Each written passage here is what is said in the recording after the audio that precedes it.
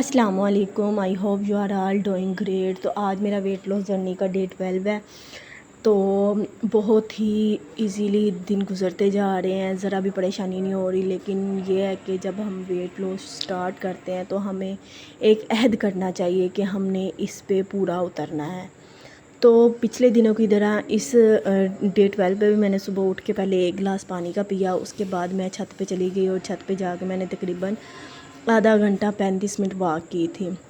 और weight loss के दौरान हमें बिल्कुल भी ऐसी चीज़ें नहीं खानी चाहिए जिनसे हमारा वेट स्टक हो जाए, जैसे स्वीट्स हो गए, जंक फूड हो गया। इनको हमने एक साइड पे रख देना है, भूल ही जाना है, ठीक है।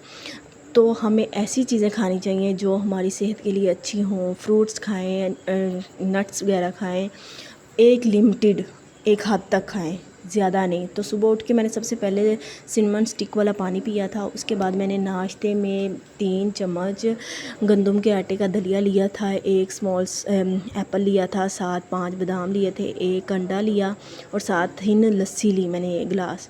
उसके 1 घंटा के बाद मैंने ग्रीन टी का मग लिया, एक तकरीबन 10 बजे के करीब, क्योंकि मैं 9 बजे तक नाश्ता कर लेती हूँ। उसके बाद डिनर में मैंने एक बाउल लिया था सलाद का, जिसमें बंद गोभी, खीरे, टमाटर, प्याज और चने के 4 चम्मच मैं डालती हूँ और लो फैट दही के तकरीबन 8 से 10 चम्मच मैं इसमें डालती हूँ और ऊपर चाट मसाला डाल लेती हूँ। इस तरह इसका टेस्ट बहुत ही अच्छा हो जाता है, चने चाट की तरह, दही भल्ले की तरह फ़ील होता है। तो मैं इजीली इसे फिनिश कर लेती हूँ, ठीक है। अगर अकेला सलाद हो तो वो फिर खाने को दिल नहीं करता।